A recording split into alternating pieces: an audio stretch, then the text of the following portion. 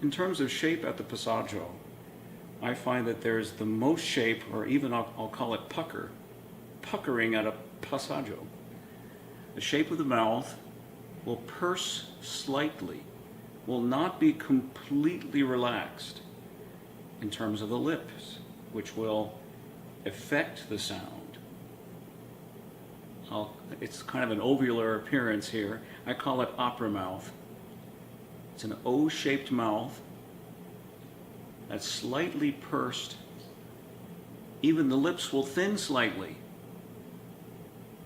This will help, oddly enough, in a couple of seemingly different ways. It will help us find the point at the passaggio while we're puckering. Again, right behind the nose, as we must include that in the final refinement of the professional singer. And will also help us create a backspace tube. So we have the point and a bit more of a controlled stretch. Not just a relaxation in the back, a stretch of pink soft tissue. High, back, and low at the same time. Passaggio is an open-throated with that three-pronged space. High, back, and low. Again, unnaturally stretched. Not to a huge extent. It's not a huge feeling. In fact, one can take one's sense away, the eyes even, sight, to be able to feel it a little bit better. The other senses will be more engaged that way, oddly enough. A synonym for having this shape in the mouth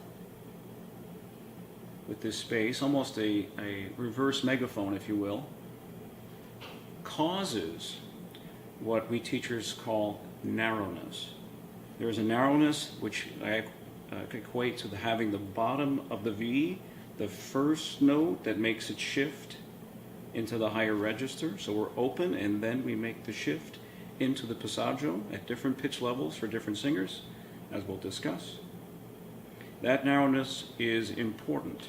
But if we just try to think narrow, which usually implies that we're talking about the forward resonance moving into a smaller spot, that in and of itself is not enough to cause the passaggio to work properly unless the space is an automatic instinct for singers.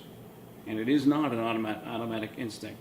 Only for one in several hundred singers will that automatically work. So that narrowness behind the nose, that focus in the speech area, that area behind the nose and the mouth is basically where we speak. That has to be included indeed at a passaggio, but it must have an open throat. The higher we go in pitch, even if we're going through these passageways, which are narrower, through these V's, twice for the open vowels for men, and even more times for women,